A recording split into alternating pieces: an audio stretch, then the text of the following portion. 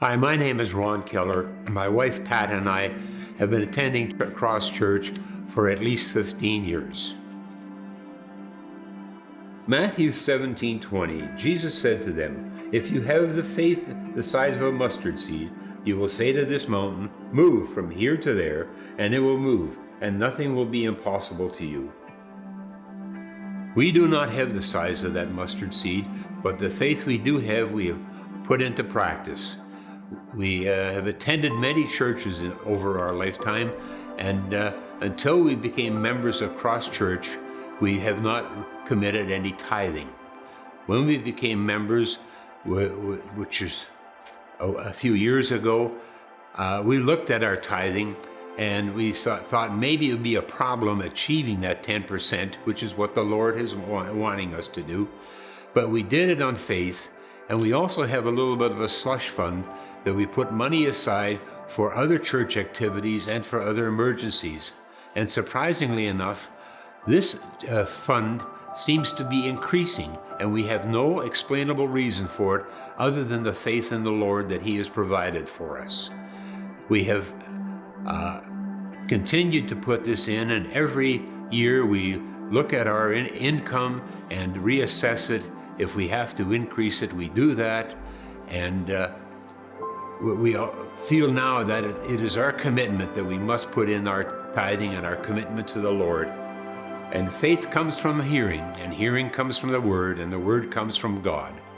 And we would like to see everybody try to achieve the faith of that little mustard seed, which we are still trying to achieve to this day.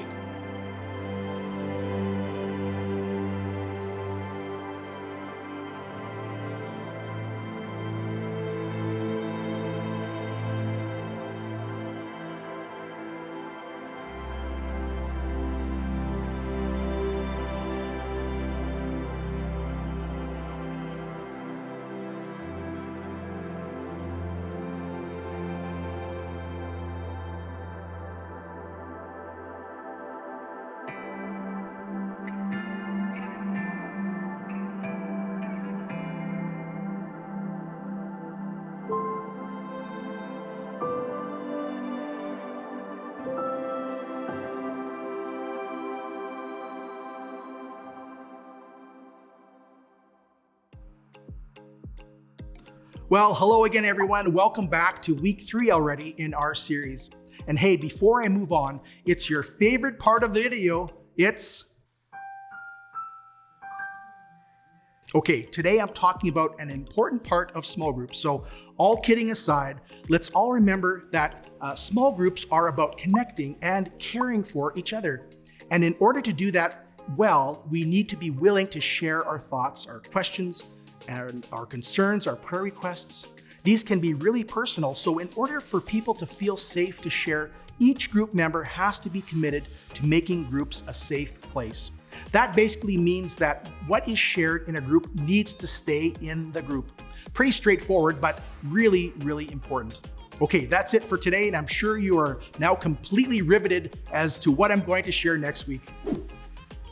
Now, getting back to our series, if you were at Cross Church on Sunday morning, the 17th of November, you heard Pastor Allen explain to us the new way of living for Christians. If you didn't make it out, once again, I encourage you to check out the message on crosschurch.ca. Click on listen, and you're on your way. You can even subscribe to listen to the message through your favorite podcast app. But let me just give you a brief reminder of what he said. 19th century economists, namely Karl Marx and Engels, these two came up with the Communist Manifesto, and it outlined a whole new way of living as a society. For all intents and purposes, it was known as socialism. It's this theory that says everyone in society should share with another in such a way that all people are equal. There have been socialist experiments for many years all around the world. Some terrible results were seen in nearly 100 years of communism in Russia. It was a deadly disaster because it purposely excluded God from the equation. Now, the only way it can ever truly work is if everyone in the society is a genuine Christian.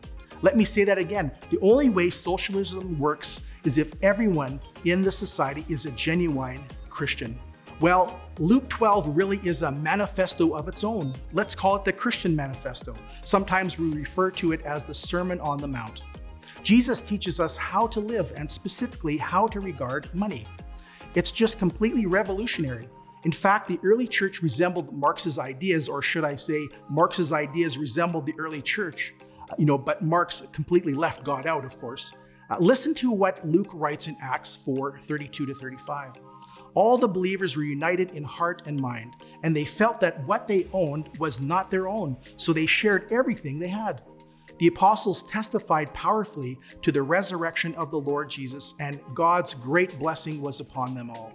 There were no needy people among them, because those who owned land or houses would sell them and bring the money to the apostles to give to those in need.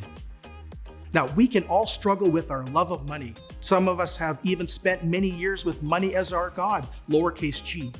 Money makes a terrific servant, but a terrible, terrible master.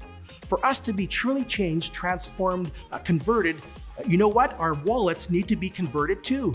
You know what I mean. Look at this. By chapter 5 of Acts, we have a husband and wife, Ananias and Sapphira, who lie about their donation to the church.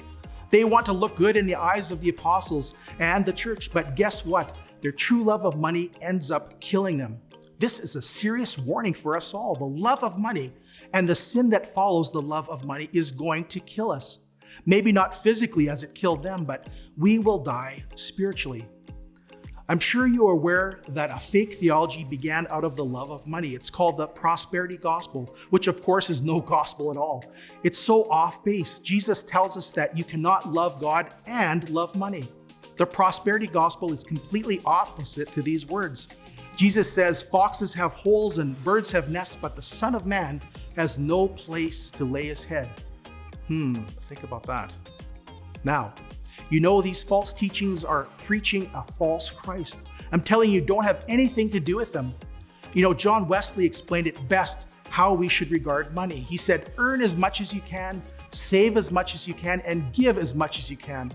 And listen to this, by the end of his life, he was living on only 20% of what he earned. He gave away 80%. John Wesley will go down in history as one of the world's greatest evangelists, but more importantly, one of the greatest Christians of all time. So let God speak to your heart. God is able to eliminate the worry in your life if you will only take Jesus at his word. Why not step out in faith and watch what the Lord will do for you? Have a great discussion. Okay, I'm pretty sure these interruptions are becoming quite predictable, and you know what I'm about to say, but here it is anyway. I have to say it. We hope that you can join us on Thursday, December the 5th for our Christmas kickoff concert. And of course, this is with our special guests, The Color. We hope you'll join us. Invite your family, your friends to come as well. And we're just going to have a great time together, bringing in the Christmas season here at Cross Church. You can get your tickets online at crosschurch.life/color or at the door or at our welcome desk on Sundays. And again, that's enough for me. You've heard me talk enough, so enjoy your discussion with this series, No Worries, and have a great time.